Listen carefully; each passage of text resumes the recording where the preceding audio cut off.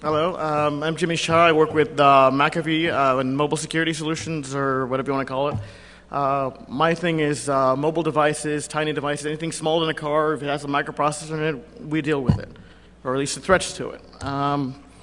Who we are? Whoa, did I skip a step?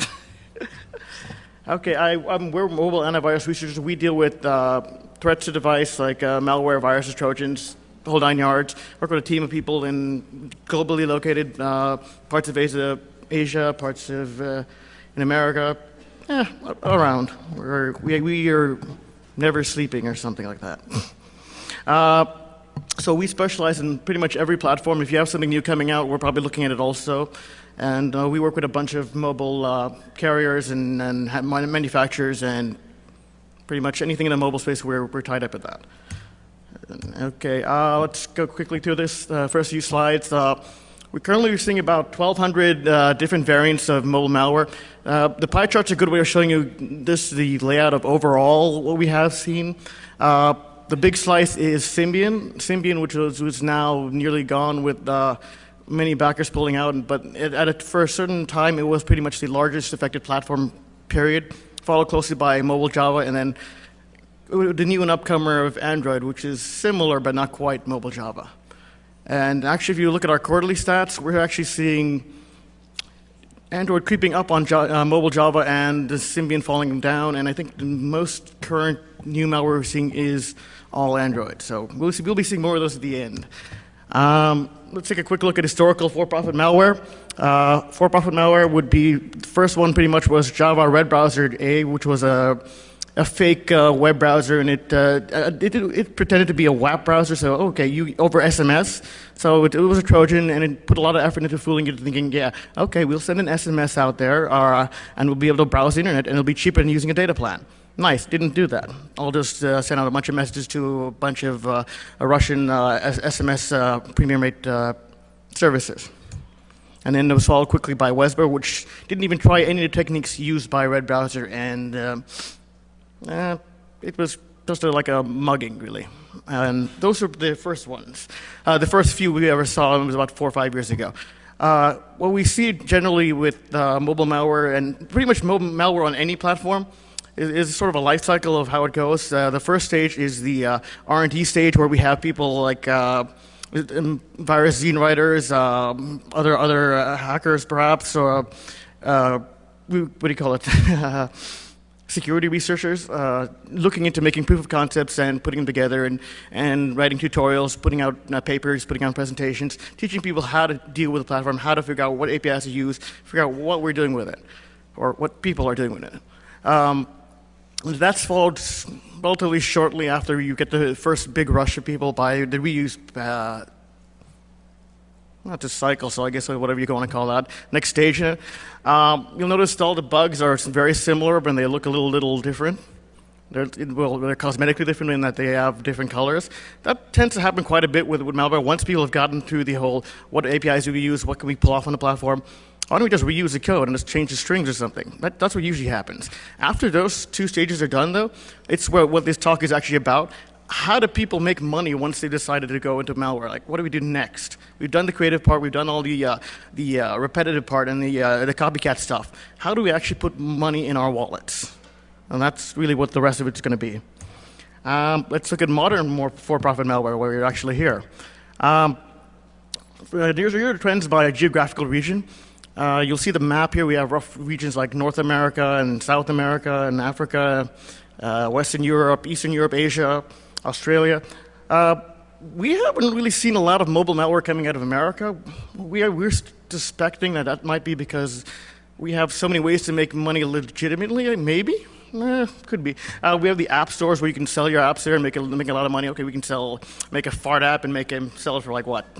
I don't know, $1 now. I mean, they've actually driven the price down from whatever it was, like $25 down to or $10. Or if you bought that app, what was it? I'm Rich Bitch for like $9,999, whatever the top limit is on the App Store, Apple App Store. I think they sold about 2 copies because people thought it was a joke, but they didn't read the EULA. What was that? I'm a human centipede, South Park. Yeah, read the EULA or you get stuck, apparently. So we don't see a lot in America and not too much in South America. We're not sure why exactly, but and not too much in Africa. Part of this in the other parts of the world outside of North America is that it's not as profitable to have or to purchase a smartphone. It's a really large part of your income, and if you're not likely to have one, you're probably going to have a feature phone that just runs Java and maybe a couple MP3s or video files. Something simple. So we pulled them out of the mix, the geographical region, and we end up with basically Western Europe, where we saw maybe one or two things, and that's actually tied to Australia, where we saw the IQ worm. We call it, at McAfee, we call that OSX slash rroll.A through C. So the first two versions, the Y3 variants, the first two versions were by the guy Ashley Towns, iKey, or iKex, I forget what his handle is. He wrote this worm for jailbroken iPhones, and it basically replaced the background image with Rick Astley. So it's like, yeah, all right, awesome. So you're going after all this, and he managed to release source code for those two worms, and at the same time, or a little bit after, he got picked up as a legitimate app developer. He got a real job out of writing mobile malware, or a worm. But the key point of that is how that ties into Europe is that the next variant turned into, someone actually tried to turn that into something that actually makes them money directly from the app, or from the worm, which is like, instead of just doing the worm that just replaced it with Rick Astley and does a bunch of nonsense, the next step turned into was a phishing worm. It was the RLC, some people call it IKB. Basically, it was two pieces. One was a downloader script, and one was it was basically the propagation portion of the original rickrolling worm to like push it onto every jailbroken iPhone and get it out there. And a different part that what tempted, if you've seen all the analysis, it says, oh, it sends SMS, does this, does that, whatever. All it really did was add a new host file to replace a local European banking website with that of a server under control of the attacker. So a CNC server is somewhere in a different location, and you go to your website, you ship to them, and they take your money. Which is kind of nice for the attacker, not for anyone else. That was also closed down pretty quickly because it was pretty obvious what they were doing. Banks shut down quickly. So we kind of move on from them. We move on to basically what's left, because we don't see, outside of those jailbroken phones, we don't see much on any other real phones, or regular phones, say an Android phone or Windows Mobile, yeah, or pretty much anything like that, any other option, or WebOS or anything else.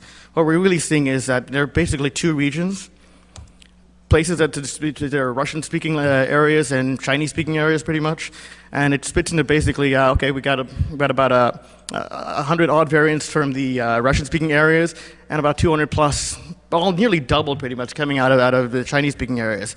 And the interesting part is what the differences are between them. If you're looking at the Russian-speaking areas, you figure Russia's known for a lot of very complex malware and whatnot, especially on the PC. On the mobile side, they've got really simple Java Trojans and SMS sending Trojans. Like, that's basically the bare, simple, easiest possible thing you could ever do. Okay, hey, let's send an SMS. That's it. That's all they do. That's like Wesber, just like the mugging, just like the red browser in the beginning. That's the 4-year-old or 5-year-old technique. That's all they're doing. They haven't changed that in about 5 years. They changed it into the strings, the names, whatever. Still the same. The other versions we're seeing, or at least the variety we're seeing in the Chinese-speaking areas, we've got multiple platforms. Oh, actually, let me go back there to the Russian areas. Android is programmed in Java, and it gets converted to a different format, a different bytecode. But basically, on the developer side, it's almost the same thing. So it would have been very simple for a Russian mobile malware developer to just say, okay, let me port my code over to Android. Change a few libraries, and you're pretty much done. Recompile, boom, all the same things. If you're doing it with the Chinese-speaking areas, they're a little more complex. The environment's a little bit more complex. One, you got like millions of users. Two, you've got people doing multiple platforms, Symbian, Android, whatnot. And I'll be covering most of these things in a little bit later with the actual pictures. The key trend, though, is that it's a lot more complex in those areas, and there's a lot more competition. And the competition helps to drive more of the complexity. So instead of just having, okay, I don't know, a simple Trojan, you're having things that go after other either security software or going after other malware writers, other people trying to make money writing basic mobile Trojans or mobile complicated malware, meaning botnets, meaning what else we got out there? Rootkits, pretty much any technique you can use on another platform, they're porting it to the mobile side just so they can keep in business. Let's go on to actually how do they make money. How do you make any kind of money if you're trying to make money with mobile malware? The common way is write it yourself, sell to somebody else, which is kind of a thing that happened with Zitmo, where the first few versions were basically repurposed original malware sold to, or stolen, whatever, I'm not sure exact numbers, from the original author and turned into a way to make money for larger crime syndicates. And distribution basically would be you just put it out there, get your stuff out there, get it on a site, freeware site, download site, pretend to be something else, something like that. I mean, that's kind of that part. But where's the actual money coming from? One thing is premium rate numbers. This is your downloads, your ringtones, pretty much any way to making money doing this. You know, you say, okay, or actually, how do I get some way to take money out of your user's wallet, put it in my wallet? And there are also subscription services, so you sign up once with a premium rate message, and it continually bills you over and over again. It's nice for the attacker, once again, not for us. Where's the money? Again, other ways to make money. So say you don't want to be so deliberate and so obvious, like taking the money straight out, okay, like those old 900 numbers and whatnot, and premium rate and telephone numbers, toll fraud they call it in the telecom industry. Basically, you sign somebody else up for one of our services, and it's very obvious because the billing's direct to the device. The other option is basically another thing from the PC side, click fraud. Ad networks, black hat SEO, things like that. I mean, you're driving traffic towards somewhere or trying to pretend to make money out of somebody. What was the deal with the click fraud is basically you have ads and they have fraud detection techniques in place, so if you have like the same guy clicking about 100,000 times, that's going to get tagged. If you get him clicking about 20 times, it's probably going to get tagged. I forget the exact threshold. It's pretty low, I think, for unique individuals or whatnot. So in this case, if you were an attacker and you want to make a bunch of money, you put out something like a botnet and say, okay, I'm going to take over a bunch of different mobile devices. So I've got tons of different IPs, and it's all individual users and all looks legitimately like real traffic. So it's a slow thing, but it's a lot of people. It's been described to me as a, and I describe it also as basically you're stealing like $1 from about 1 million people. That's a pretty good haul. That's always is. And also, you can also do it the other way offensively against someone else's ad network and say, okay, take out my competitors and just click on all their ads and wipe them out. Take out their entire budget and take them out. And the next stage is personal identifiable information, which should be your social security number, some other identifying number, maybe your identifying number of your device, something else that they can use to tell directly who you are, which is useful for various reasons. I mean, it could also be account numbers like a Skype account or something, or a chat account. The key is you can take that kind of information, which is valuable to identity thieves and other people, marketers, legitimately to marketers, and not so much to basically people who would take that and turn into a currency as identity theft. And they will just resell it in bulk or individually, or use it individually. Once again, the next one is phishing. This was similar to the earlier thing I mentioned, the worm, the iPhone jailbreak worm that replaced the website. Not as popular in Europe and North America, well, not at all in North America, but it is quite so in China, which I saw a talk earlier today. If you anyone's seen that talk yesterday with the phishing going on in China, banks are a big target, and it's really useful to go after something like that. And also, you can download additional malware, maybe spyware, and get a few more details or other accounts. It's very useful. Which is similar to the next slide. Really, it's if you have an account like a QQ account, which is a very popular Chinese instant messaging platform, if you're not aware, and it has you're able to cash out money. You can trade QQ coins on the network and cash it out at various third-party vendors, which is really a black market because it wasn't legal basically cash out the QQ coin, so there will always be some third party, and they will take their cuts, and you will be dealing with organized crime. Very useful. And also, if you're in the business of stealing people's legitimate accounts, there are also money launderers and people who help you clean that money out for you. So you'd sell to them and go through that. Now let's actually look at how they avoid detection and how analysis and make our job a little harder. What happens? Okay, injecting the code into clean apps. We haven't seen file infectors in mobile platforms at all, possibly because we're using Java, but really because no one's trying or no one has to try. So what would you do? You'd inject your code into something like a J2ME app, very easy to compile, add your code into it, recompile, very simple. Symbian, a little harder, more likely Trojans or whatnot, but it's been done, put into like an IM app, someone's invaded in a real IM app and said, okay, repackage it and send it back out. A little harder to do, but they've done it. Android, it's more like things like Droid Dream and a few other major malware families that are really done manually. We haven't seen any evidence it's been automated. Otherwise, you'd be seeing thousands of apps, given that the Android market itself is very open, and the other markets are also, well, the third-party markets are completely open. So it would be really, really easy to target a certain segment of market and just flood all the apps in store with corrupted apps, which we haven't seen. We've seen relatively small numbers, 40, 50, 30, whatever, small enough that a single person could do it overnight or something, could basically produce it, or on their off time they can put together. What's been used to evade detection? Encryption. It ranges from simple to advanced. In a simple range, we've got things like hiding SMS within, let's say, an HTML file.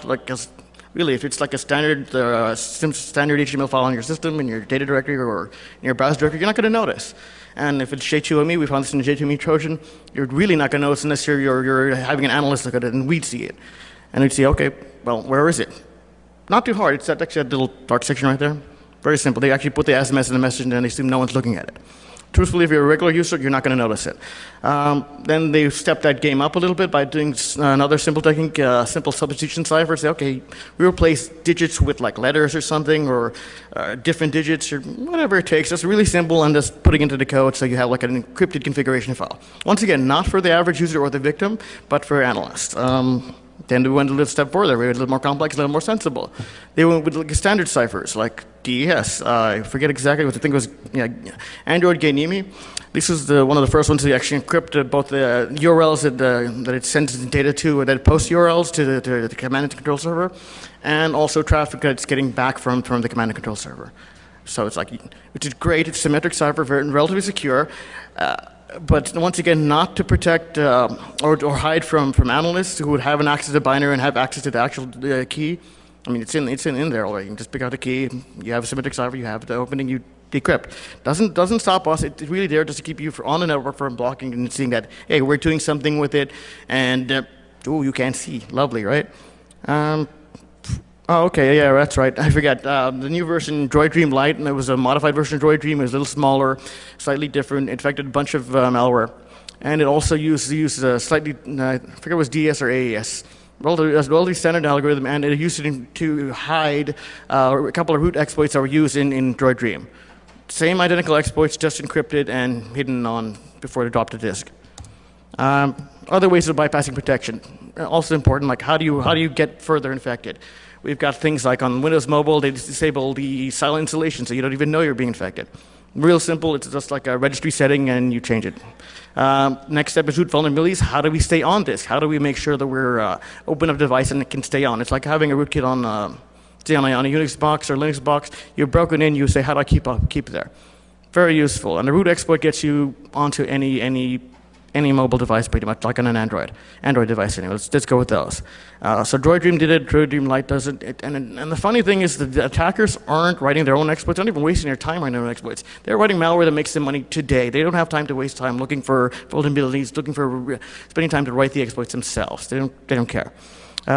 And then jailbreaking, kind of. Let's talk about how it reduces security. Has anyone seen that talk at TourCon last year? Eric Monti of Spider Labs, he did a nice proof of concept where he reverse engineered with the jailbreakme.com exploit to remove the warning messages from the exploit and modify it so it's totally silent. So you visit a website, you get a silent drive-by download on a jailbroken, a regular iPhone. And then you have malware installed on your phone. And what was it installed? He installed a keylogger, and he tried it against a very popular credit card processing application. It has a little dongle you attach to your phone, something in that range, and you slide it, and he was able to read the numbers. He could also modify that to send it to himself, to his own control server. And of course, this was on an unpatched phone. He had to unpatch it because Apple had patched it prior, but the same rules apply to pretty much any ODay exploit that gives you root access or gives you jailbreak access, which would give you access to the file system and helps you gain control of whatever you need. The concept really is if you have something that gives you that kind of access, very simple to do and make it malicious. Nothing new, nothing surprising, but you actually went and did it. Let's look at some real malware that's actually out there currently. This first one is a simple SMS sending Trojan. It pretends to be something else. What is it? Oh, okay. Something that helps you send SMS easy, like has templates and patterns or whatever you want. Something interesting.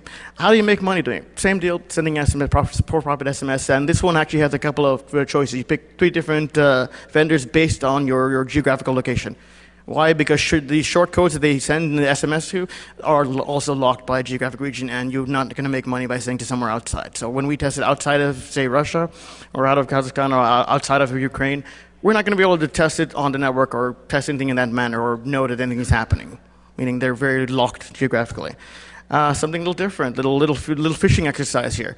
So vContact is a very popular social networking platform in Russia, in Russian-speaking areas, very similar to Facebook. And so it's like, okay, if you can get those codes, if you can get those accounts, you can use them for blackmail. You can use them to gain more people, more contacts. Pretty much exploit it any manner and whatnot. So what does this app do? It pretends to be a mobile client for the.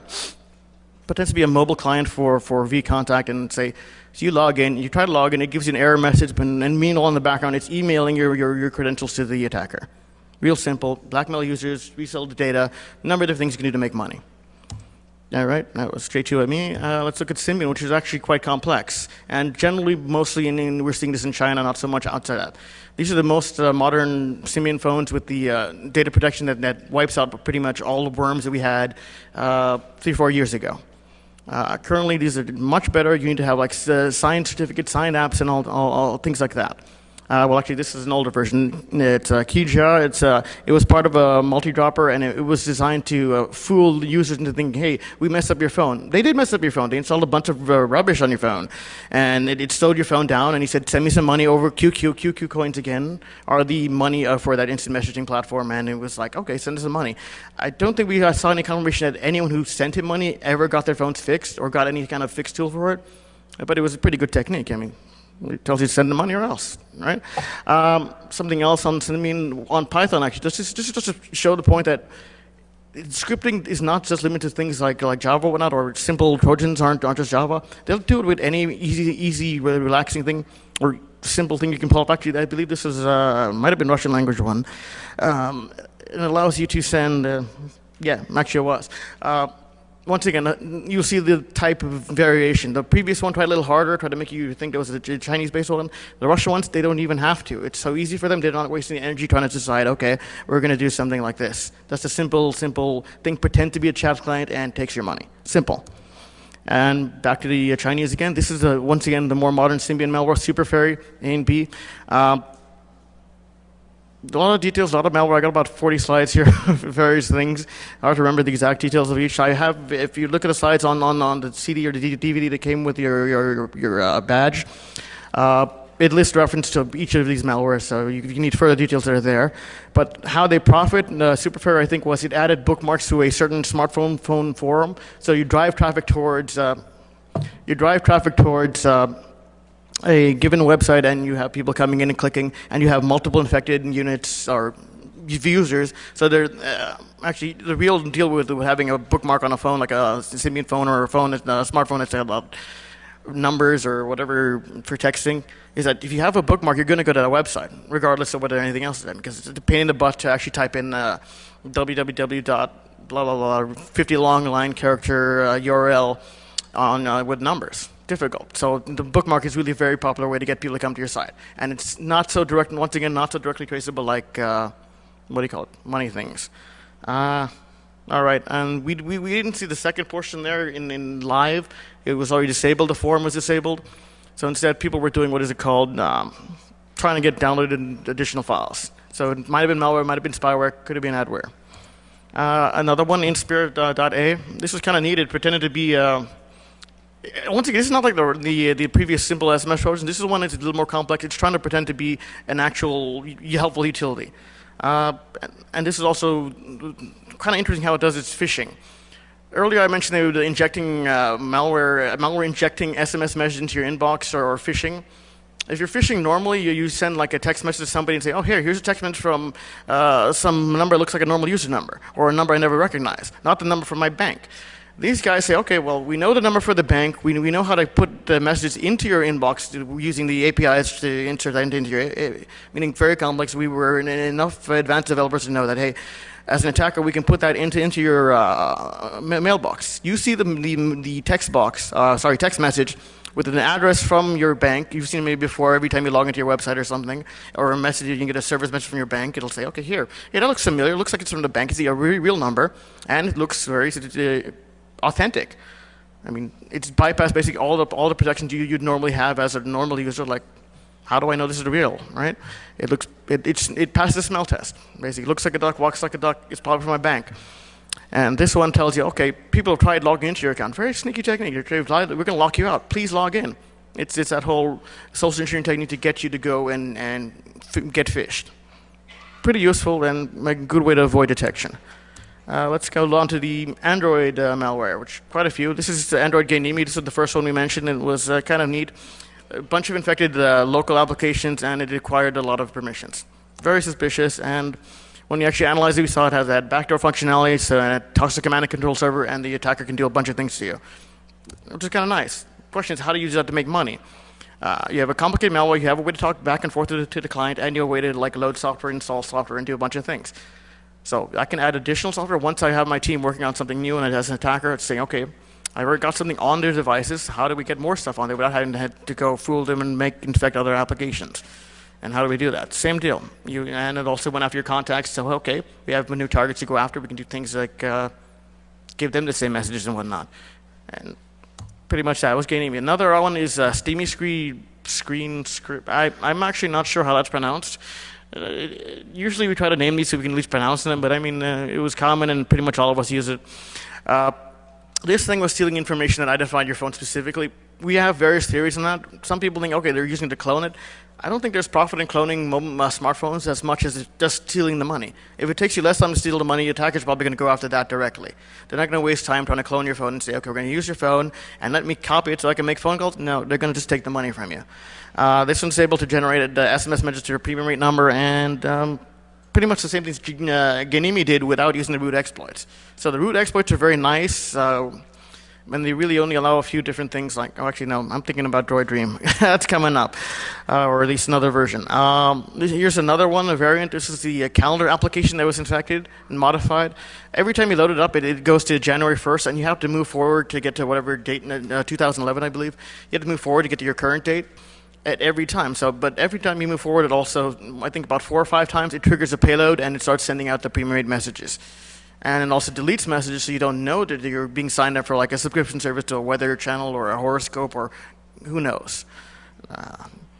Very popular concept though. Android T-Cent A was named after, it's an app that's named after a variation of the main company behind QQ, the popular instant messaging client.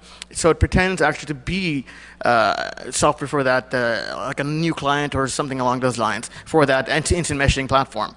Yeah, okay, there we go. The killing application security applicant, it actually goes after default security applicants are installed when you install your instant messaging client or if you have it installed already. So it's going after antivirus, it's going after firewalls, it's going after whatever you have on your phone already.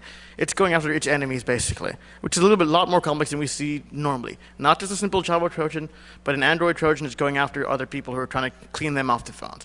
The game usually is like with rootkits and basically things of that nature. Whoever gets on the device first wins. So if you have security software and you're not protecting yourself, you're probably going to get hit by something like Android T-Cent A. And once again, also does the whole premium rate sending thing. Makes money doing that.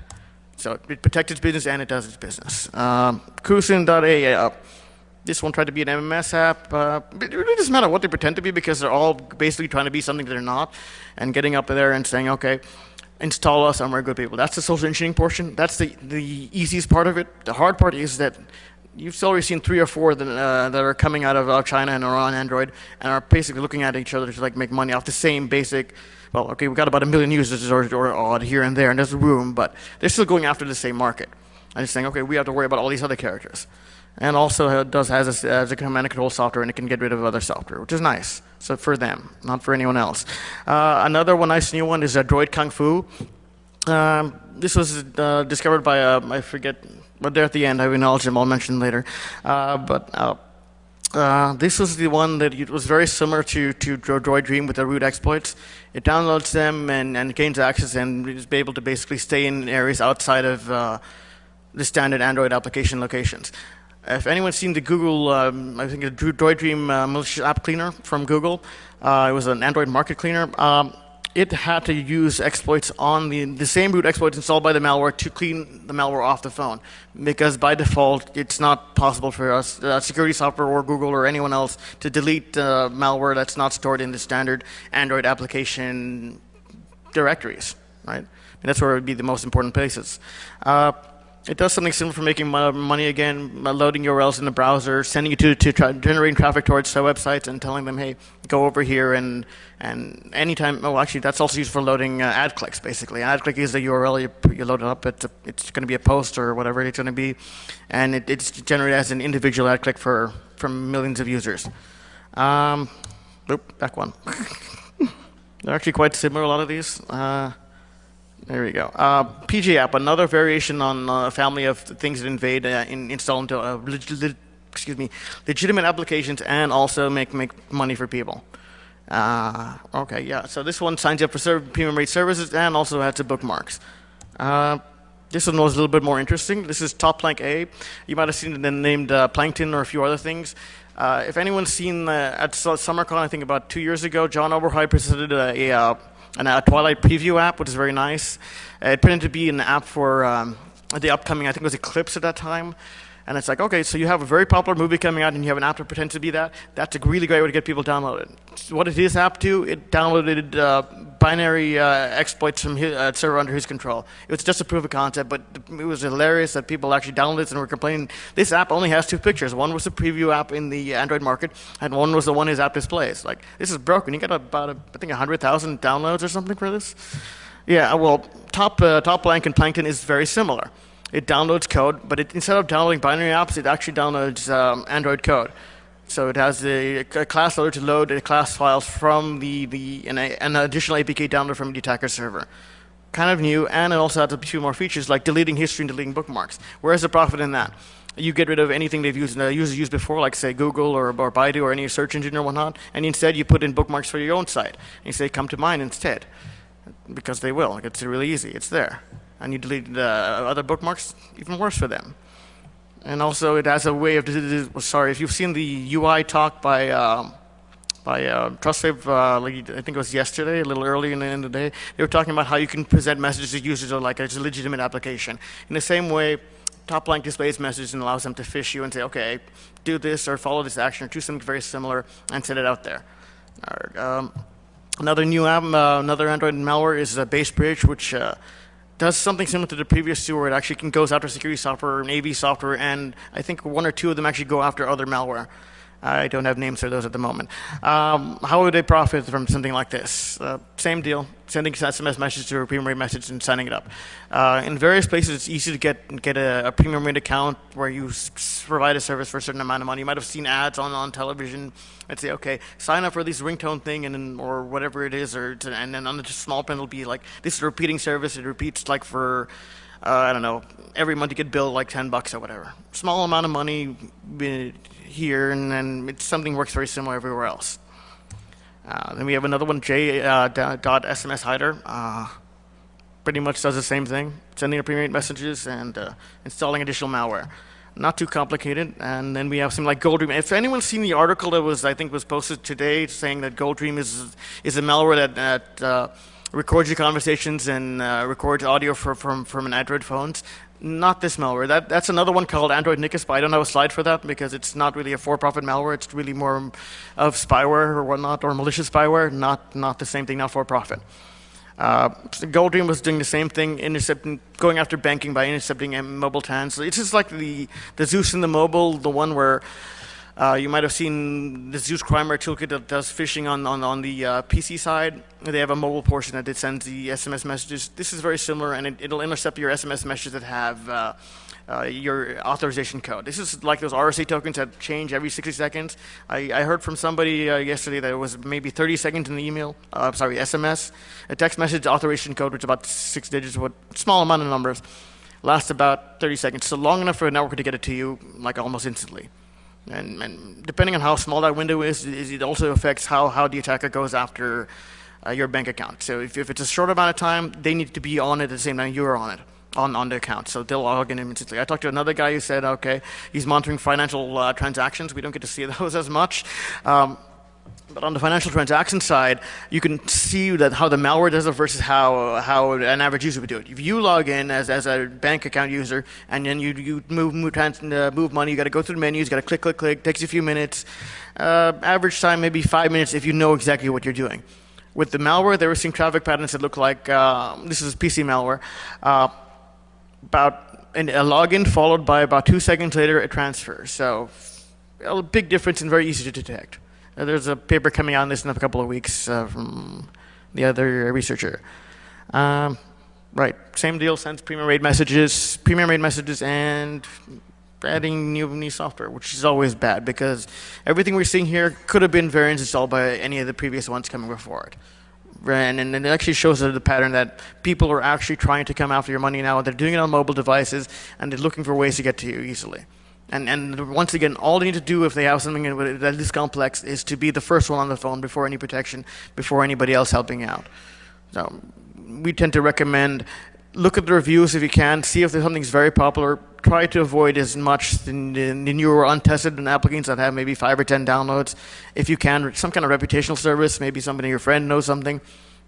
Rather that before we have something for somebody provides you that, or try any of the other various people providing security software on the markets now. Another application, Hippo SMS. This was another one inserted code into an application. A bit repetitive, some of these things that, I mean, they're on platforms. The real key, the interesting part is how they make money and how they go after each other who are trying to make money. Other attackers are also trying to make money. That's a neat portion. But same deal, deletes messages so you have no idea you're signed up to a subscription service. Let's see, what have I got left? Okay, this is the actual, something more interesting. This is a proof of concept, not a malware. This is SoundComber. It was called initially SoundMiner. You might have seen the videos online. This is basically a university project testing how to create an app that uses very few permissions and is able to do something like taking your interactive voice response, basically those menus you press 1, press 2, whatever, like the ones you call your credit card company. Okay, at some point at one of those calls, you're going to be typing in your credit card number, or you're going to be saying your credit card number, and that's a pretty good target. SoundComber goes after that. It's made of 2 pieces. One is I think the deliver. It's got you to deliver, and SoundComber the app. So the first part gathers audio from your microphone to overhear you either saying your credit card number or typing it in. It'll actually listen to DTMF when you type in your credit card number into the phone. You figure, wow, it's right there. They're sitting there, and it's not somebody next to me stealing my information. It's the phone itself going after me. Now, it doesn't need to do anything more than that, the SoundComber app, but it does pass it to the second app, the deliver, which does something interesting. It processes the sound files because they know process sound files and sends them back out to over, I forget what it was exactly, a very small amount of data. Was it sound? I forget. How do they actually make money? They've got a fingerprint database for a number of credit card companies, the interactive voice response system, so they know, okay, this is the point where the user has hit the number and gone to like press 1 and 2 and enter your credit card number stage. Is okay, we'll hit that. We'll go after that location and say, okay, we'll just gather, like, say, the 10 seconds it takes him or 30 seconds it takes him to say the number. And then we'll take that, put it on disk, and then scan that or process that in that specific sound clip for the digits. Now, their detection or their processing of sound was pretty good, and it was able to get about of a 16-digit number, maybe they'll have a little trouble with like 15 digits, and like maybe the last number might be cut off or something, depending on how long they recorded. But since you've got 16 digits and then there are only like 9 digits that could be, they can just route through them until they actually get your number. Very convenient, very neat, very few permissions. Not as many as I believe as they show in their video, something about a torch application or a sound application. Nothing like that. Very limited, and they can still do damage. We have not seen this live in a real malware outside yet, but it looks very interesting. It looks like people could do this in the market or in the wild. And we might eventually see this soon. All right, thank you. All right, and that's pretty much the rest of that application. We have references in the presentation for all of the malware here with actual technical details and a bit more data on the application, maybe a few images. And we were referencing the Soundcomer presentation by the team at, they presented it earlier, I forget exactly what university they're from, because it was actually a bunch of people from a number of universities that got together and put this together. Very nice project. There's a video there, and a few acknowledgments that people provide information on the crimeware and how people actually make money doing this. People actually test this against this.